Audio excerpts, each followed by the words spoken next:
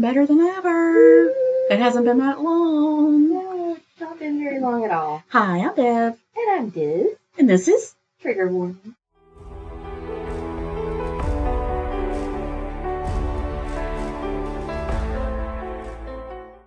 And today we have a true crime case, as promised, because we would never break our promises unless we were slacking and didn't do our work. But we did our work this time. Circumstances. Yes, those kind of circumstances. But we didn't. We did our work and we are ready to go. Oh, yeah.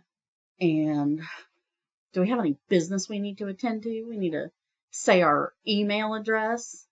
Triggerwarning411@gmail.com. That's right. Why are you saying it with a question mark at the end? No, use it. Yeah, talk to us. Use it. Talk to us. Send us an email. Yeah. Sorry, I'm clapping to get my point across. She's clapping at us. Okay. Yeah, just, do it.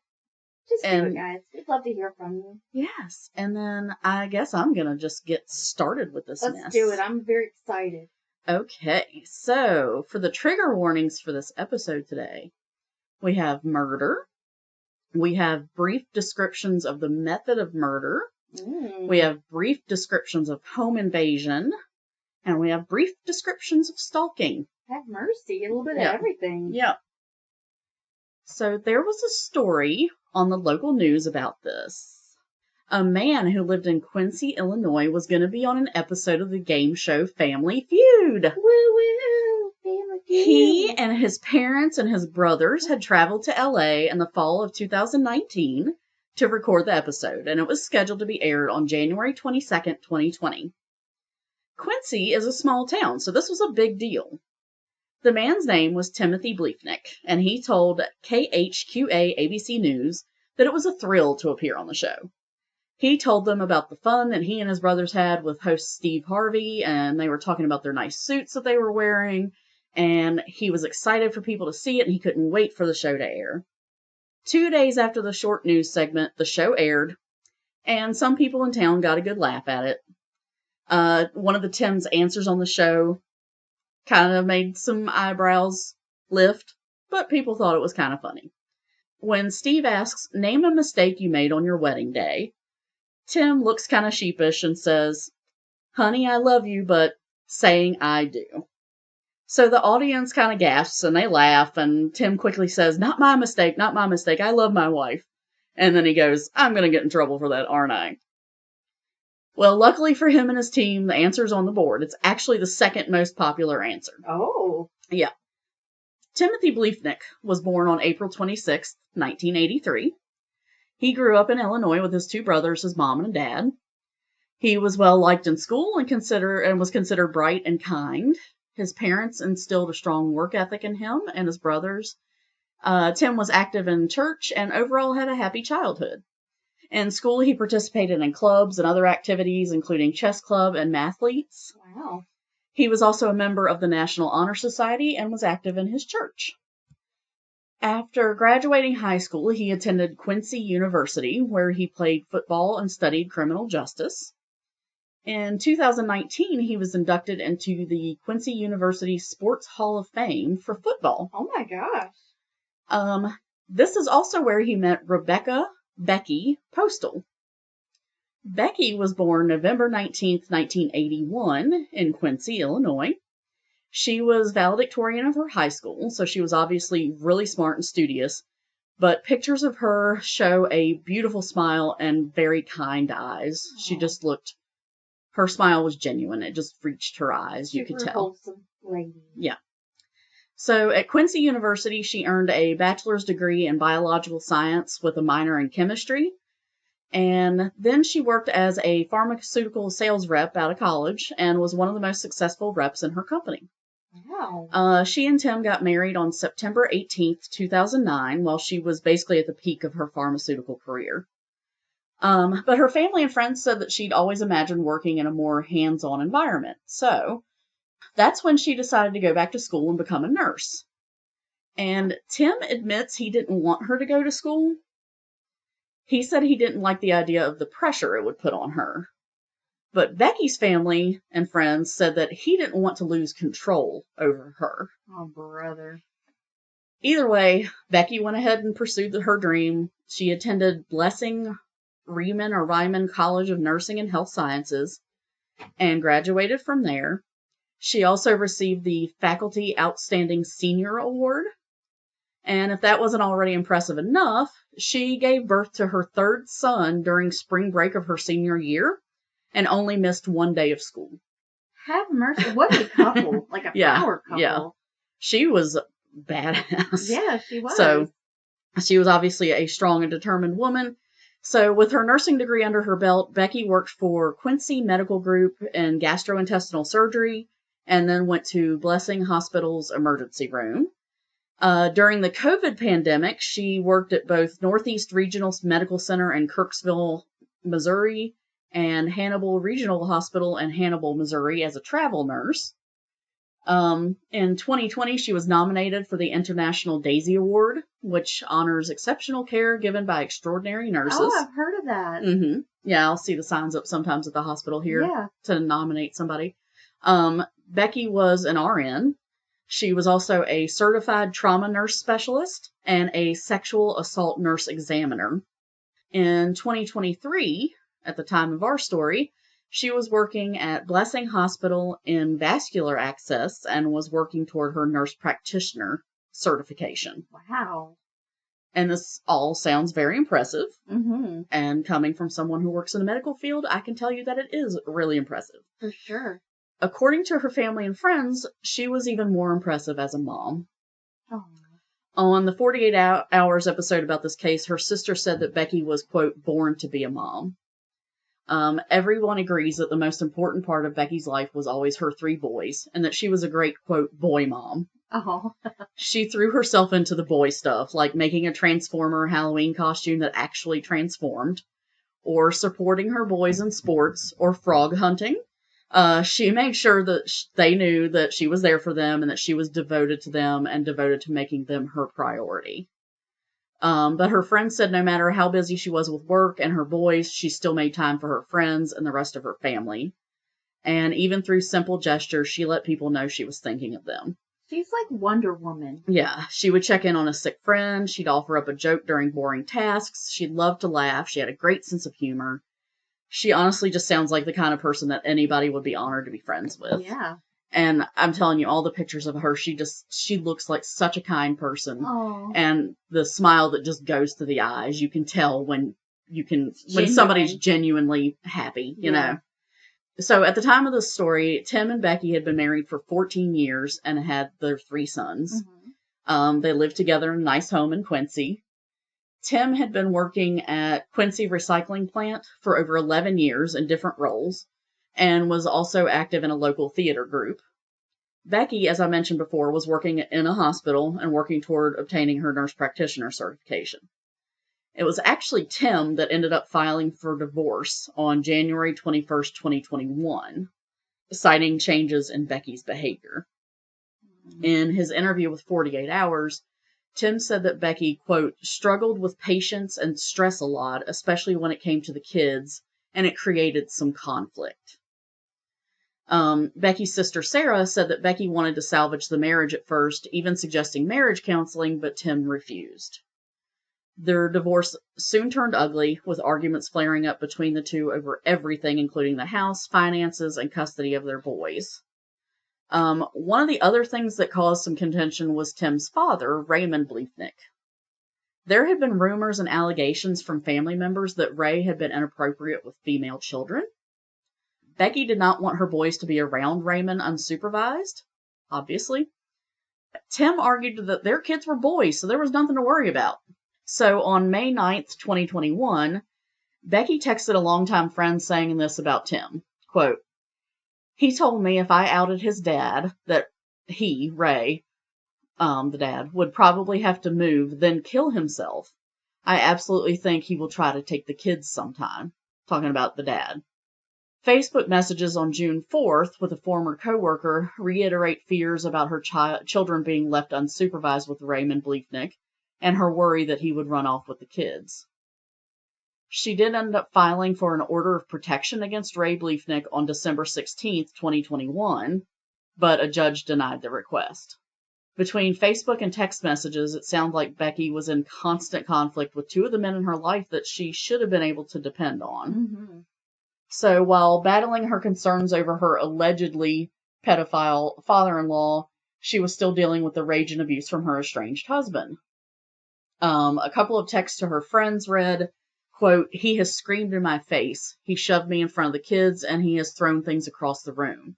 Another one said, quote, "I truly believe Tim has serious mental health problems, and he is becoming more vengeful and unpredictable."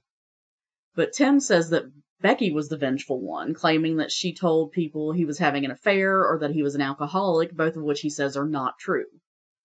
Eventually, Tim sought an order of protection, which was basically a restraining order against Becky, saying that she was stalking and harassing him. Like she had time. That's all I'm going to say about that. Uh-huh. He cited an incident where he said Becky became, quote, combative during a disagreement at a parent-teacher night at the kid's school.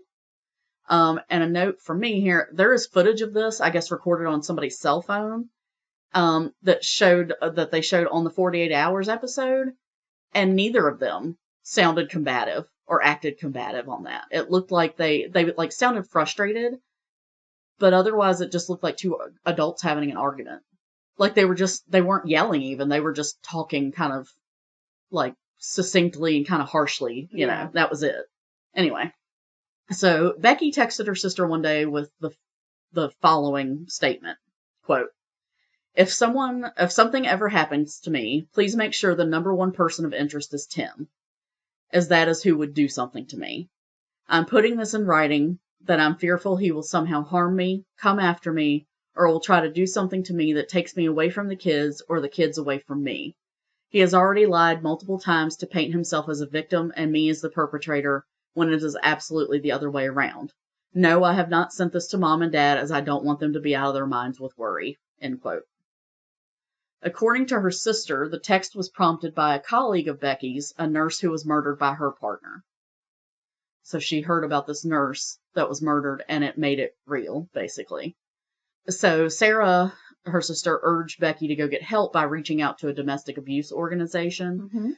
Becky did end up, after that, seeking an order of protection against Tim, and explained that he had entered her residence without permission and repeatedly falsified interactions. Neither Tim nor Becky's orders of protection were granted. He didn't get his, she didn't get hers. Becky's friends and family think that the legal system saw her filing of the order of protection as gameplay. Oh, they're getting a divorce. He filed one. Now she's filing one, like as retribution. Unfortunately, it does happen, but that is an absolute shame. Exactly. So, of course, that doesn't mean it would have helped at all, but at least it's something. Yeah. Well, in August of 2022, the judge did order the two of them both, to stay away from each other's residences, except when picking up or dropping off their kids. And he said even when exchanging the kids, they were to stay within 3 feet of their own vehicles, which would ensure them not getting too close to the other one's house. Yeah. So it was basically like, that way you can't get too close to each other. Work? I guess. Because, The judge also ordered Tim to return a 9mm handgun that Becky had given him when they were together. She had given it to him as a gift, but it was still registered in her name, so she said that she wanted it back. Yeah. Yeah. So he ordered him, that makes sense, give it back to her. On January 5th, 2023, Becky ran into a friend of hers, Melissa Young, at a store in town. Melissa said that Becky looked exhausted, and after her asking her how things were going, Becky told her about the divorce. And then she told her that Tim had told Becky, "You'll be dead before you get any of my money." On February 13th, 2023, Becky's new boyfriend, Ted Johnson, arrived at her house around 11:45 that evening and spent the night. Becky and Tim's divorce was set to go to trial March 2023. Less than 1 week before the trial date, on February 23rd, 2023, Becky was murdered. About a week before their trial. And about 9 days after her boyfriend spent the night at her house. That's suspicious. When Becky got to her house on Kentucky Road around 12:30 p.m., around lunchtime on February 21st, 2023, she messaged Tim and asked if he could keep the boys for a couple of nights. She was recovering from an abdominal surgery. According to the 48 Hours episode on this case, Tim said that Becky asked if he could keep the kids an extra night because she wasn't feeling well. And I'm not sure if this was because of the surgery, and he had them for 2 nights or 3 nights or what. Mm-hmm. I couldn't find another source that said it was an extra night. Yeah. Or if it was just the 2 nights just originally that she asked him for because she was recovering or what.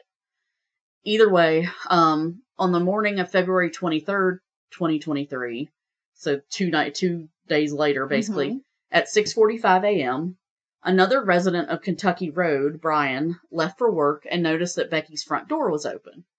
He noticed it. Apparently, he didn't do anything about it, but he was just like, oh, that's weird. Mental note that her door was open. Between 7 a.m. and 9 a.m., another resident of Kentucky Road, Amy, saw Tim bring a Little Tykes basketball hoop to his dad's house. So I don't know if his dad also lived on that street, or if he picked it up from Becky's house and took it there, but she lived on the same road as Becky. Okay. And she saw him sometime between 7 and 9 pick up this Little Tykes thing and took it to his dad's house. I'm assuming his dad lived on that road, maybe, because otherwise how would she know where he took it? Anyway. Yeah, that's weird. Yeah. At 11:51 a.m., Tim called St. Peter's School and tells them not to let his kids walk home to Becky's house.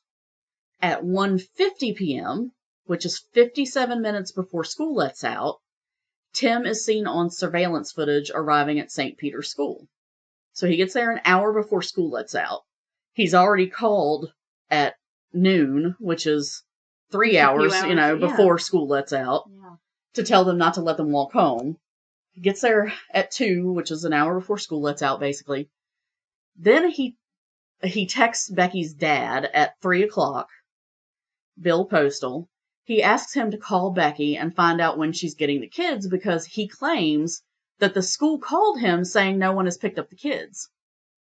Well, you called the school and told them not to let them walk home. He was at the school at 2 o'clock, and now he's texting Becky's dad at 3 and saying, can you call Becky and find out why she hasn't picked up the kids? The school called me. So at 3:30 p.m., Bill goes and finds Becky dead at her house. She was 41 years old. Her dad immediately goes to the neighbor's house to use her phone to call 911. 3:33 p.m., the officer gets dispatched to her house on Kentucky Road. 4 p.m., the neighbor who let Becky's father use her phone goes and picks up Becky's mom, Bernadette, and she calls Tim, and he replies, what? Because they're letting him know that they found Becky and she's dead. What? I guess the theater group worked for him. For him, yeah. At 7 p.m. that evening, her boyfriend, Ted Johnson, is questioned by the police and given a DNA swab test because they always look at the partner. Did they look at her daggone husband? They gonna. Have mercy. Yeah. So Becky's older sister, Sarah Riley, and her husband, Brett, were on vacation when they got the call that Becky was dead.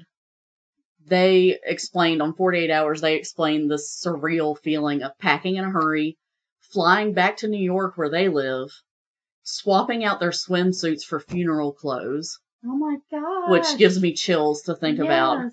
And then flying to Quincy, Illinois. Brett described Becky as selfless. She just seemed like she was amazing. She was, yeah. Sarah immediately pointed police in the direction her sister had instructed her to. Darn right. To Tim Bliefnick. Good job, Sarah. Yeah. Becky had told him. Look at him. Yeah. So police began their investigation at the crime scene itself, of course. Becky had been shot to death in the bathroom within, the master bedroom. Okay. 15 shots had been fired. Oh my gosh. She had been hit 14 times. Only one bullet missed her. That is called overkill. Yes. The door to the bedroom had been kicked in. There was splintered wood laying on the ground. There were shell casings present from a 9mm handgun. What? What millimeter handgun was it that Tim Bliefnick had? Was it 9? Was it 9mm? I think it was. I think it was. They also found some strange pieces of colored plastic, and they were kind of like, "What is this?" We'll find out. Interesting. So the point of entry looked like a window to one of the boys' rooms, and it looked like it had been pried open. A partial shoe print was found on the carpet where the killer had entered. Mm-hmm. Nothing had been stolen. No other damage was done to the house. Becky had not been beaten or sexually assaulted. The person had come in, broken in that window, went to her, kicked the door in, shot her. 14 or 15 at her. Tried to kill her. Yeah, tried to shoot her 15 times. 14 times. 14 times. And then just left. Uh-huh. With inexpensive and easy access to wireless cameras for security these days, it's become common practice for investigators to check for footage around the crime scenes. Yes, it is. So, in the case of Becky's murder, they didn't have to go far. Becky's neighbors, Taylor Hyman and his wife, had a security camera on the side of their house that was triggered by motion. They had a break-in to one of their cars like the year before, so they put a camera up on the side of their house. Lovely. And it pointed down their driveway, but their driveway ran the length of Becky's house. Okay. They had a view of their driveway, but it also, like anybody walking up their driveway, they knew could cross over to Becky's house easily. Okay. Back on Valentine's Day, February 14th, between the hours of 12 a.m. and 1 a.m., their camera had captured a person walking along their driveway. So in the middle of the night, somebody walks up their driveway. They thought it was a prowler looking for something to steal. Yeah. The wife had texted Becky, but Becky didn't respond to the text until the next morning. She said that she thought she had heard voices in her backyard, and she had noticed that the motion light had come on. And according to her neighbors, Becky had seemed, quote, paranoid. Now, keep in mind, that was the 13th at 11:45 p.m. was when her boyfriend came over. That's right. So he was there that night. So now, the night before Becky's murder, so February 22nd at 1:05 a.m., the camera recorded a person walking up their driveway again. So not the night she was murdered, the night before. Okay. In the early morning hours, 1:05. Things. So walked up the driveway at 1:05. 48 minutes later, the person was recorded walking back the opposite way. So the police continued to canvass the neighborhood, and detectives found additional footage from other homes and at the Quincy Bus Barn. And the Quincy Bus Barn is the central hub where the school buses are housed for Quincy Public Schools. Oh, okay. So it's just a cool name for where they park the school buses. That's funny. Bus barn. Yeah. So what they found on that footage was really interesting. So combined with the recordings from Becky's neighbors is really interesting. They discovered that each time that the neighbor's camera captured a person in their driveway, the bus barn cameras and the other houses that had cameras would record a person riding their bike along a route that would conceivably take them to Becky's house. Person was seen riding a bike past the bus barn and then turning onto Prairie Street. That path would take the person in the direction of Becky's house.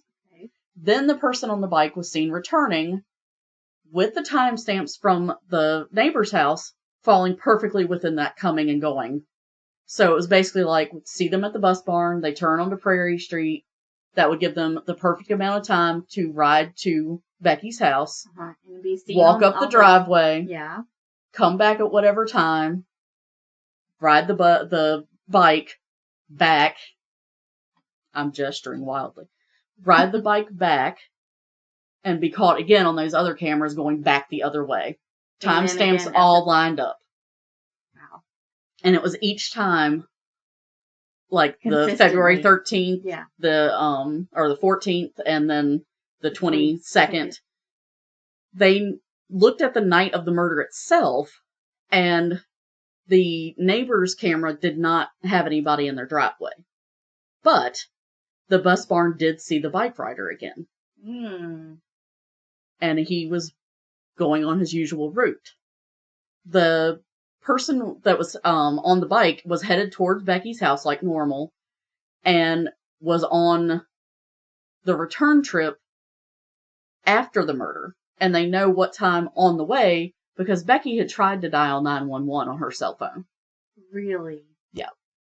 She basically, at 1:11 a.m., they found her cell phone behind the bedroom door with 91126 on the dialer, where she was trying to hit the buttons, which, like, that's heartbreaking. That's so sad. Yeah.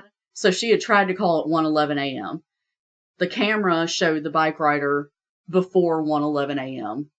and then going back the other way after 1:11. Mm-hmm. The biggest problem with the video evidence from both the neighbors, the bus barn, and the other houses was that none of it showed any detail. Right.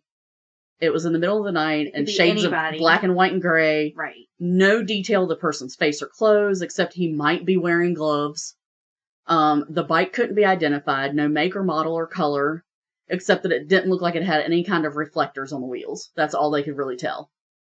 Every detective knows, as well as every true crime listener, that the first person that is suspected is the husband or boyfriend or partner. Yes. So as I mentioned before, Becky's new boyfriend, Ted, had been DNA swabbed the evening of the murder. Uh-huh. But Sarah had told the police about Becky and Tim's divorce and Becky's fear of Tim. Mm-hmm. So, of course, they were going to look at him. And it's interesting, too, that Tim only lived about a mile from Becky and in the same direction that would have made sense for the bicyclist's route. Interesting. On February 27th, an abandoned men's blue Schwinn bike was found less than a block from Tim's home near the Quincy bus barn. And like the bike in the video, it had no reflectors on the wheels. Other than that, the police couldn't say it belonged to Tim. There was no DNA on it, nothing that linked it to Tim. Oh, wow, really? But it was just close to his house, and they're like, well, it doesn't have reflectors. It could be the bike. It could be completely random. There's nothing that they could say was his. On March 1st, 2023, the police did a search of Tim's house. And so for this part, I'm going to tell you what they found, what the investigators and the prosecutors think it proves, and what Tim's attorney says about it, and you can decide what you think about it. Wait. Okay. Yeah. I'm ready. Lay it on us. Okay, here we go. Okay. So, in their search, they looked for shoes that could have left the partial shoe print found at the scene. Love it. Okay. He had several pairs of shoes, but none that matched the print. Darn. But Quincy, Illinois is a town on the Mississippi River, so I don't think it would be hard to get rid of some shoes. Good point. They searched for the 9mm gun that Tim was supposed to return to Becky, but never had returned. Because remember, Becky had been killed with a 9mm. Right. No 9mm gun was found. Give her the gun back. Yeah. He never gave it back to her. No 9mm gun was found. But Quincy, Illinois is a town on the Mississippi River, so I don't think it would be hard to get rid of a gun. Agreed. Shell casings were found at his home, 27 of which would end up matching the ones found at the crime scene. Tim's lawyer says that the analysis of this evidence can be a matter of, it can be subjective to human error. How so? I guess one person can look at the markings on it and think it's matches, and one person can say it doesn't. I don't know. They found a crowbar that could have been the one to use to pry open the kid's window. Mm-hmm. And they had an expert look at the tool marks, but they said, because they're honest, that they could not say with 100% certainty that it was the tool that was used, because they can't. Yeah. They can't do that. Right. They found stacks of Aldi bags, the grocery store chain. Yeah. Which matched the pieces of the plastic that were found at the crime scene. Oh my gosh. So, what the heck? Investigators and prosecutors think that Tim tried to use them to either muffle the gunshots or to catch his shell casings. The bags had DNA that was more likely to belong to Tim or a descendant of his than to anyone else. But Tim's lawyer said that everyone in Quincy has Aldi bags that they're hoarding. And Tim goes around and touches all of them. And as for the DNA, the killer could have gotten a bag from Becky's own house, Or she said they could have, they swapped things out for the kids all the time in Aldi bags. So it could be his DNA or it could be the kid's DNA that the killer grabbed one of the bags and that's why their DNA's on it. Becky had DNA under her fingernails too, but it was the same story. It's Tim or one of his descendants. So Tim's lawyer's like, it could be from one of the boys. No bloody clothes were found. No gloves were found in Tim's house. Okay. But Quincy, Illinois is a town on the Mississippi River, so I don't think it would be hard to get rid of bloody clothes or a pair of gloves. I agree. Prosecutors also pointed out that Becky's killer passed by 2 windows before finally choosing the window of a child who just happened not to be there that night. And that's especially important if it was an extra night that the kid was staying. Yeah. Because they were staying the 2 nights. If it was an extra night and she had just said, can you keep them one more night for me? Mm-hmm. Then he was probably the only one that knew that. Yeah. But if it was still, I mean, even if it was 2 nights, yeah, they passed by her window. The person who was, they were going in there to kill, passed by the window, passed by another kid's window, went to the 3rd window and opened that window. Interesting. Yeah. His lawyer thinks that the police never looked into the idea that it could have been a break-in gone wrong, and that there had been break-ins in the neighborhood in the weeks leading up to the murder. But prosecutors disagree.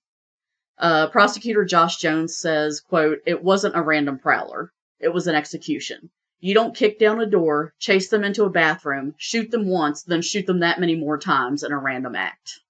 And then you don't even and then steal don't something? steal anything. That's ridiculous. Don't steal anything. Don't assault her. Don't, what was the point of going in there? Just to shoot her 14 times? We know exactly what the point was now. So, when Tim's laptop and cell phone are searched, some really interesting things are found. Do love those search histories. Yes, we do. So, there are pieces of evidence here that are time-stamped and occurred on different electronics. So it's kind of hard to explain without telling them in a timeline format. Go for it.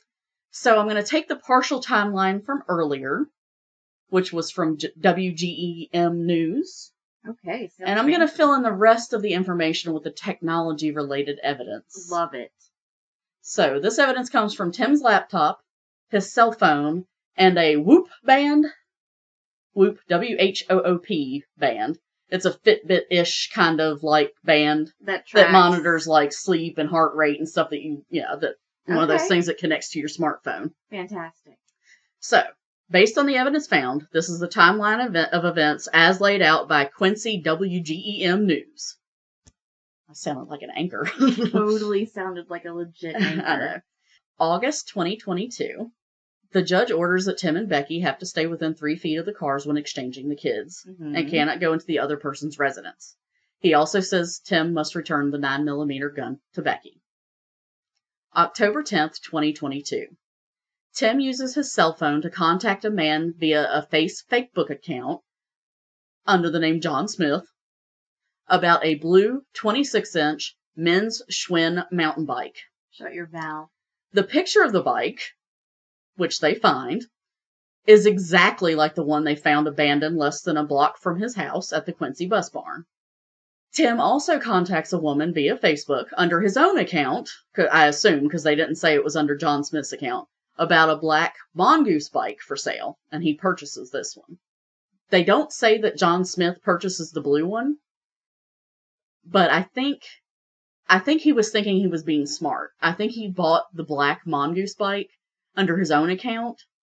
So they could say, well, you bought this bike, and then he could say, but the bike that was used by that person was blue and I bought a black bike.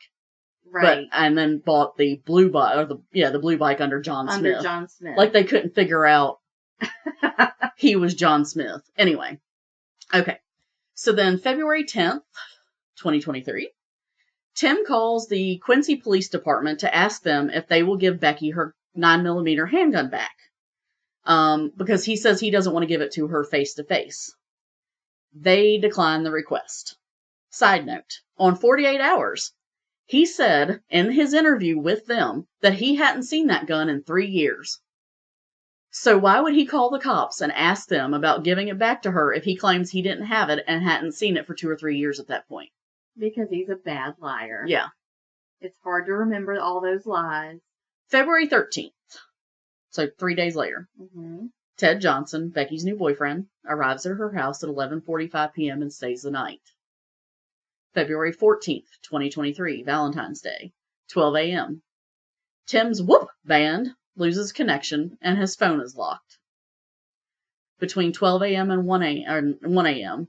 on February 14th, video surveillance detects a bike rider going past Quincy Bus Barn, past a residence at 224 South 20th Street, and back. Becky's next-door neighbor receives an alert about movement in the driveway. 1:10 a.m. to 1:30 a.m., Tim's laptop search history shows searches for, quote, license plate lookup, title registration lookup, VIN check lookup, vehicle records, and the search for Ted Johnson's exact VIN and license plate number. There are over 200 searches for these. Also, around this time, his Whoop Band reconnects. 1:32 a.m., a phone call is made to the Missouri Department of Revenue, which handles vehicle registrations. So it sounds like he rode his bike over to Becky's and was like, whose vehicle is this? Yeah. Then drove back to his house and started searching for VIN numbers and license plates. His lawyer. The interview with the lawyer just astounds me. His lawyer said, well, if it was me, I'd be looking it up late at night after the kids went to bed too. Like, you're missing the point. What the actual heck? He shouldn't even know the dude is there. Yeah. He's there. The kids are at his house, I'm assuming. I don't know. They're supposed to be. Yeah. I mean, I'm assuming if she has the man over to the house that he's probably got the kids that night.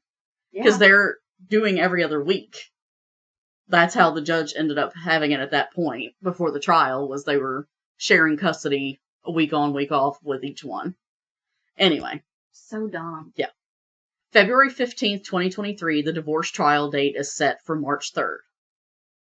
February 21st, 2023, 12:45 a.m., Tim's Whoop Band disconnects. 12:45 a.m. to 2:11 a.m., the Quincy Public Schools bus barn video surveillance shows a bicycle rider southbound on 20th Street, then going east on Prairie Street, and additional footage captures the bicycle rider heading north on 20th Street between those hours. 2:11 a.m., so at the end of that range of time, his Whoop Band reconnects. 12:30 p.m. on the 21st, so that afternoon, Becky comes back home from her friend's house where she had stayed after her surgery. Right. She asks him to keep the kids for a couple nights while she recovers. February 22nd, 12:42 a.m. So this is the night before the murder. The murder, okay. Tim's Whoop Band disconnects. 12:42 to 2:19 a.m. Video surveillance again shows the bike rider going southbound past the Quincy bus barn, turning east on Prairie. A person is captured on the neighbor's camera on the side of their house. The bike is recorded going back the other way sometime later. 2:19 a.m., Tim's band reconnects. 2:22 a.m., Tim's phone unlocks. And finally, the night of the murder, beginning just after midnight on February 23rd, 2023, 12:28 a.m., Tim's phone locks. 12:36 a.m., Tim's armband, Whoop Band, disconnects from his phone. 12:55 a.m., video of the bike rider riding southbound past the Quincy bus barn. 12:57 a.m., video shows the bicyclist turning east on Prairie. 1:11 a.m., Rebecca tries to call 911, and her phone's found behind the bedroom door later. 1:12 a.m., an ADT front door alert said the front door was opened, because they have the security system. 1:16 a.m., the video shows a bicycle rider heading northbound past the Quincy bus barn. 1:27 a.m., another ADT alert said the front door is still open. 2:01 a.m., Tim's Whoop Band reconnects. 2:07 a.m., Tim's phone unlocks. 6:45 a.m., the Kentucky Road resident Brian leaves for work and notices Becky's door is open. between 7 and 9, Amy sees Tim delivering the basketball hoop to his dad's house. Keep in mind, Becky doesn't want the kids around his dad.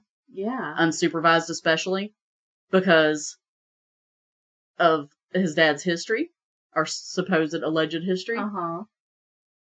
The prosecutors think that Tim went ahead and took the basketball hoop over there because he knew that Becky wasn't a problem anymore. His lawyer says, oh, well, the kids could still see their grandfather. They just couldn't see him without supervision. So him taking the basketball hoop there is not a big deal. That's not a sign he knew Becky was dead. What are the odds? Exactly. Also, he was keeping the kids. Why is he leaving 3 kids at home alone while he goes and does that? Yeah, it's like, you have to. It's like, why don't you take the kids with you? Although I guess they were in school or whatever. They won't fit on that bike.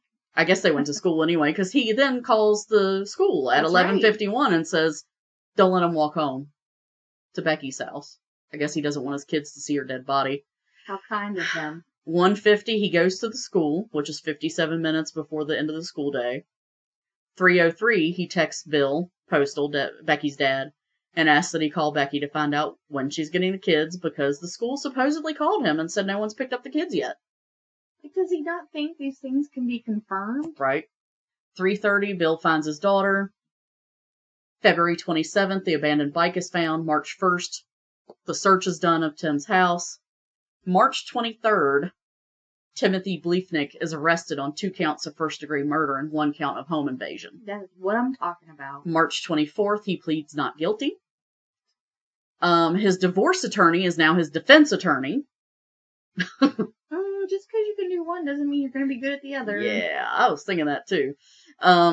His trial began in May 2023. All the evidence I just went over, I know it was a lot of times and stuff, but with that timeline is where you really see those numbers if you just line it up. Well, yeah. And I'll have in the show notes, I'll have the link to the WGEM like TV. Visual type. Yeah, the actual timeline. Yeah. They also have a map showing of the bicycle route. Oh my gosh. I mean, his house is like a mile away. Yeah. I mean, it's just like reading a book. It's like, yeah, this time, and then boom, he's back the other way. Like, that is crazy. Anyway, so they gave all that evidence. They included the picture of the bike he inquired about, posing as John Smith, and the photo of the bike that was abandoned. They showed the jury the video evidence of the bike rider and the time lining up on the cameras with the route and all that.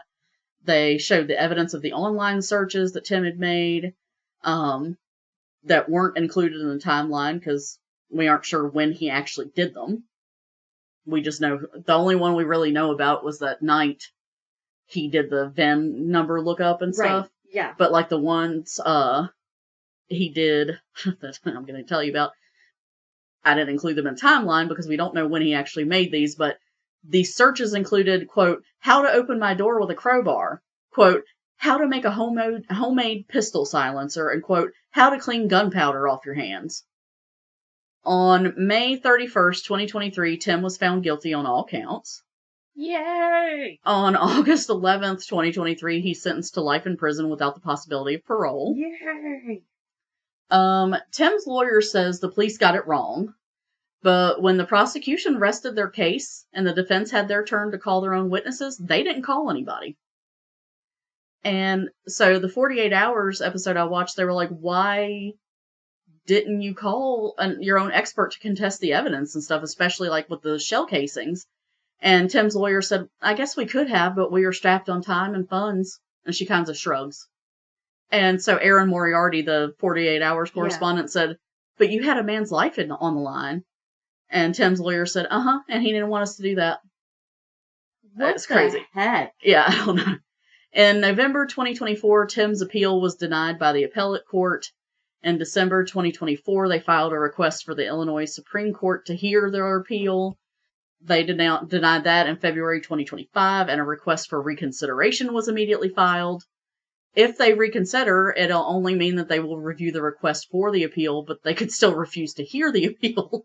At least that's what I think I figured out from what I read. Like that's what that means. So, what did the Family Feud thing have to do with this? Oh, I totally forgot about the Family Feud thing. The answer. Yeah. Absolutely nothing. The episode he was on was recorded in 2019. Right. About 2 years before he filed for divorce, so they were probably still pretty happy at that point. Mm-hmm. The prosecutor said, quote, it brought attention to the case, but it had nothing to do with it. And Tim's lawyer said, quote, it was a silly answer to a silly question on a silly show. And I think that's the first time I agreed with her. I think you're right. And that's the story of the murder of Becky Bleifnick. Have mercy. Yeah. Insane. That is crazy. Yeah. And obsessive. I mean, y'all have got to look up the timeline for that. Especially if you were, trying to follow all the numbers and stuff. Because I know, all the AMs and the dates and stuff got to be a lot. But if you actually, watch it laid out like that, it's, I said, it's like reading a book. Yeah. Because the route that he takes and the times just line up perfectly. And then the neighbor's camera picks him up and then he goes back the other way and it just lines up perfectly. It's just like he just wrote a story with a bike. So crazy. Yeah. And he's doing this because court's happening and he knows. And it's so dumb too because he's on Facebook on his own phone with a separate account under John Smith and looks at a bike. And then he abandons the bike near his own house. Thank goodness for stupid criminals. And you know what? I was looking at the map because the map in that article from WGEM that has the timeline and has the route that the bicyclist could have taken. Yeah. Is actually one that you can interact with and move it around. It's like an actual Google map. Fun. So I moved it over and I didn't measure exactly, but I think he's roughly maybe 1.5 miles or 2 miles from the Mississippi River. And I'm like, you couldn't have biked down there and tossed it in? I mean, I'm glad he didn't. Yeah, but it's what? Where did you put the gun and the shoes? Why did you just, okay, I'm gonna hop off this bike now and leave it here. Leave it at the bus barn. No, that's not my bike. That's John Smith's bike, so it's fine. I bought a black mongoose bike. Yeah, I don't know what you're talking about, man. Crazy. I got the mongoose. Yeah. I think all the evidence points to him. I think it's obvious that it's him. And I don't even have to say allegedly because he's been convicted now. That's right. So. Wow. It's nice to have the Now, I will say that when watching the 48 Hours, his divorce attorney was very dedicated to her client. So much so that I am not saying that there's anything going on there. But I wouldn't be surprised, allegedly, if something allegedly was going on there. And Quincy, Illinois is a town. That's very close to the Mississippi River. She just... Yeah, that seems... I don't know. She was a divorce attorney, and now she's his... she was his criminal defense attorney. Can you do that? I don't understand how that works. Yeah, I don't know. I guess she can, yeah. But I guess. That doesn't make any sense. I thought that most of the time they were kind of like doctors and they specialized in a specific type of law. Yeah. And that's kind of what they focused on. They probably could do other types. What she should have been focusing on was something other than that. I mean, I figured that's what they kind of, that they can do other types, but... Oh, then we could... if you went to a corporate lawyer and was like, can you defend me in a criminal case? They'd be like, I have no experience with that. Or for a divorce, it's that's not what not what I know. Yeah, exactly. I guess if you're a lawyer for that state, then you can defend or whatever. Yeah, you can do anything. Yeah. For anything, I guess, but yeah, it doesn't mean you should hire that one. Yeah. Guess he found that out the hard way. Yeah. So I don't know. I probably shouldn't have and those said that. But lost their mom. That's so sad. Yeah.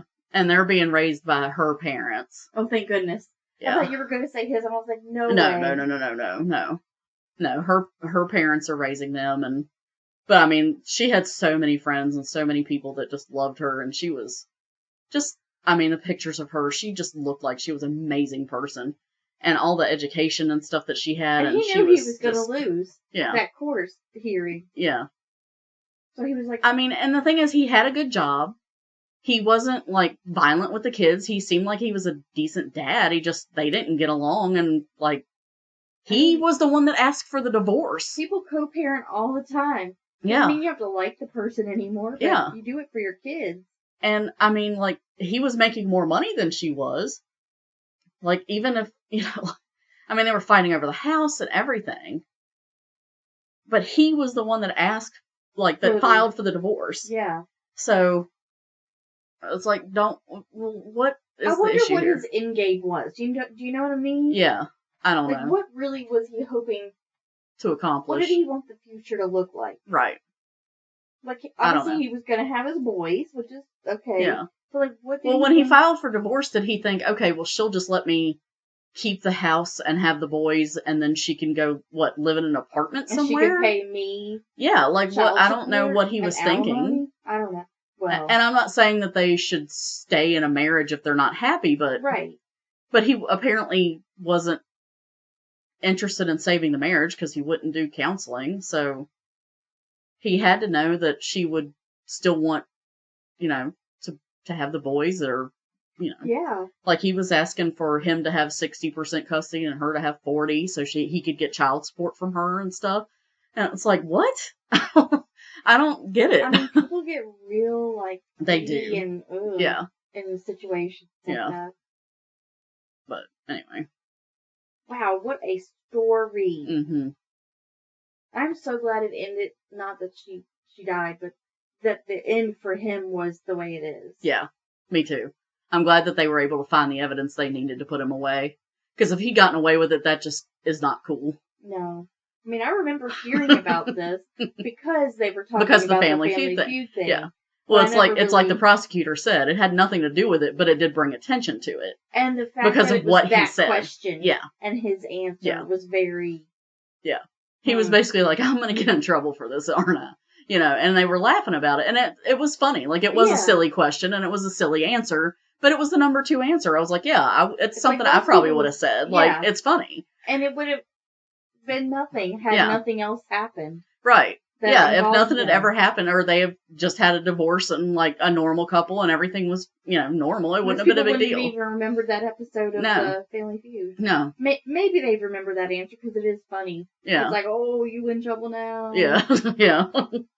But, it wasn't anything that was special enough to be, to be that memorable, and it was just amusing, and it wasn't really a sign that things were bad and he was already thinking about killing her or whatever. That wasn't the situation. And I mean, when it aired in January of 2020. Well, things kind of went to shit in March of 2020. People would have forgotten about it.